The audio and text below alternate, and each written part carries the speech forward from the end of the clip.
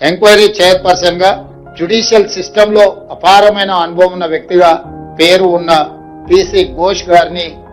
ఈ commission chairperson గా తెలంగాణ రాష్ట్ర ప్రభుత్వం నియమించింది. అక్కడి నుంచి దాదాపుగా 16 నెలలు ఘోష్ కమిషన్ నాటి మాజీ ముఖ్యమంత్రిని, సాగునీటి పారుదల శాఖ మంత్రిని, ఆర్థిక మంత్రిని,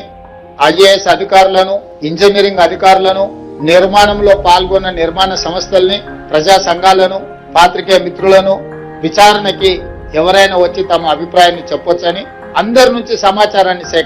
సేకరించిన సమాచారం ప్రకారం చంద్రశేఖరరావు గారిని, హరీష్ రావు గారిని, ఈటెల రాజేందర్ గారిని నోటీస్ ఇచ్చి పిలవడం ద్వారా వారిని ప్రశ్నించి వారి ప్రశ్నలకు వాళ్ళు వివరణ ఇచ్చుకోవడానికి, వాళ్ళు తీసుకున్న నిర్ణయాలకు గల కారణాలను, వారు అందించిన సమాచారాన్ని అన్నిటిని కూడా వారు విశ్లేషించడం జరిగింది. విశ్లేషించిన తర్వాత 16 నెలల తర్వాత